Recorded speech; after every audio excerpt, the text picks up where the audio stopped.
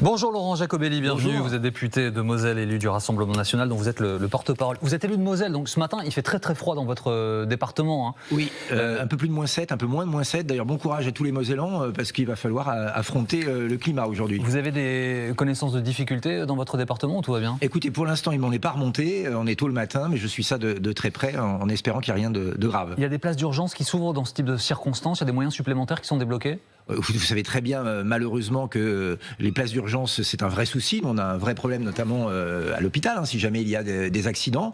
On le voit bien, le système hospitalier est bloqué, il est coincé, et il l'est malheureusement aussi en Moselle. Et je vous assure que il faut se battre au quotidien. On s'est battu avec le maire d'Hayange pour sauver l'hôpital d'Hayange, mais c'est une lutte quotidienne. Et d'ailleurs, l'année dernière, en France, 6700 lits d'hôpitaux ont été fermés. Ce sera un des grands défis, d'ailleurs, du nouveau gouvernement, si on en a un jour. C'est la question que j'allais vous poser. Vous pourrez en parler avec le nouveau ministre de la Santé, si son identité change, évidemment. Que pensez-vous de cette espèce de latence là dans laquelle nous sommes?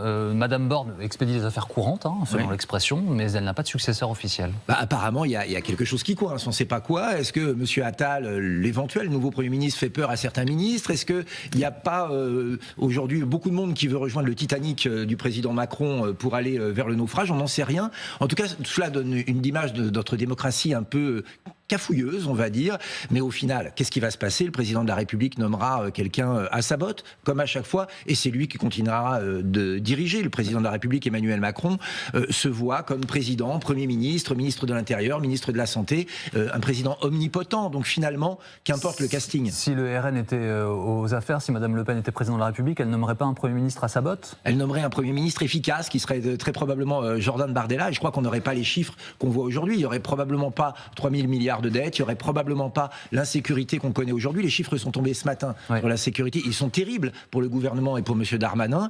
Je crois qu'on a une France qui va aujourd'hui dans le mur, mais c'est la politique d'Emmanuel Macron qui ne fonctionne pas. Donc oui, effectivement, vous avez raison, il faut l'alternance. Et l'alternance, c'est pas M. Attal à la place de Mme Borne, c'est Marine Le Pen à la place d'Emmanuel Macron. Ou Jordan Bardella à la place d'Emmanuel Macron. Il y en a beaucoup qui voient plutôt le patron de votre parti comme candidat. Est-ce que Gabriel Attal, c'est une arme anti-Bardella? Écoutez, non. Je crois que Jordan Bardella va faire une très belle campagne et il a commencé pour les élections européennes. C'est notre tête de liste. Il est, je crois, aujourd'hui dans le cœur des Français qui ont compris qu'il avait le bon programme. Et Marine Le Pen est notre candidate naturelle à l'élection présidentielle. Elle a déjà été battue 2 fois, lui ne s'est jamais présenté. Vous le dites, il est en tête des sondages. Alors pourquoi ce ne serait pas lui? Mais parce que Marine a l'expérience, elle a le programme, elle a le lien de confiance avec les Français. Et puis Jordan Bardella a appelé à ce que Marine Le Pen soit candidate. Et Marine Le Pen a dit que si elle gagnait, Jordan sera Premier ministre. Vous savez, nous on a de la chance.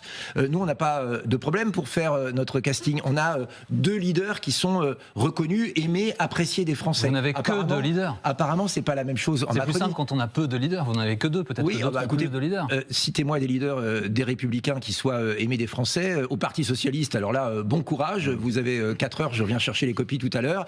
Et à LFI, c'est la guerre interne avec un concours d'agressivité et de violence. Non, je crois qu'on est dans une position aujourd'hui où on a la chance d'avoir Marine et Jordan pour porter un programme, et un programme que veulent les Français. On l'a vu sur l'immigration, ils sont d'accord avec nous aux 2 tiers. On le voit sur le pouvoir d'achat, où ils pensent que c'est une priorité et où ils aiment bien les mesures qu'on leur propose. Et face à cela, évidemment, le président de la République est, je crois, un peu gêné aux entournures, parce qu'il se rend compte que ce qu'il fait ne convient pas à notre pays, Jacobelli, aux Français. LFI à l'Assemblée nationale demande un vote, tout de suite pour la nouvelle équipe gouvernementale. Est-ce que vous l'appelez, vous aussi, ce vote de vos vœux? En tout cas, il serait normal que le Premier ministre vienne se présenter à l'Assemblée nationale et expose son programme. Mais une fois encore, le programme, on le connaît. Le programme, on le connaît, c'est on va continuer avec la mondialisation, le libre-échange. Mais est-ce que ça veut dire que vous voteriez contre ce gouvernement? Mais pourquoi pas? On verra, on l'a déjà fait dans le passé. Pourquoi pas quoi, en fait? Qu'est-ce qui vous ferait... Mais ça dépend. Attendez, moi, c'est quand même compliqué parce que pour l'instant, on ne connaît pas ce gouvernement. Oui, mais vous me dites que vous connaissez le programme déjà. Oui, on connaît le programme, mais on verra bien. Est-ce qu'il y a un peu d'ouverture à l'intérieur? C'est très peu probable si c'est monsieur Attal, qui sera finalement la marionnette d'Emmanuel Macron. Mais LFI, laissons-les s'agiter. Le gouvernement n'est pas nommé, le Premier ministre n'est pas nommé. Ils ont déjà déposé une motion de censure. Oui, mais vous dites que vous connaissez déjà le programme. Vous savez, il faut sortir de tout ça. Parce que les Français voient ce spectacle au moment où il y a des urgences et ils ont besoin que ce pays soit gouverné, qu'on trouve des solutions. Il faut retourner aux urnes. Moi, je ne comprends pas pourquoi le président de la République ne dissout pas l'Assemblée nationale pour qu'il y ait une nouvelle majorité. Est-ce que c'est une demande officielle du RN, ça, une dissolution? Je crois qu'on l'a demandé plusieurs fois. Parce qu'une fois encore, quand on a un gouvernement exsangue, complètement déconnecté des préoccupations des Français, qui n'arrivent pas à avoir une majorité à l'Assemblée nationale, eh bien, il faut retourner aux urnes. Et si le président de la République ne le fait pas, eh bien, on a des voies de secours.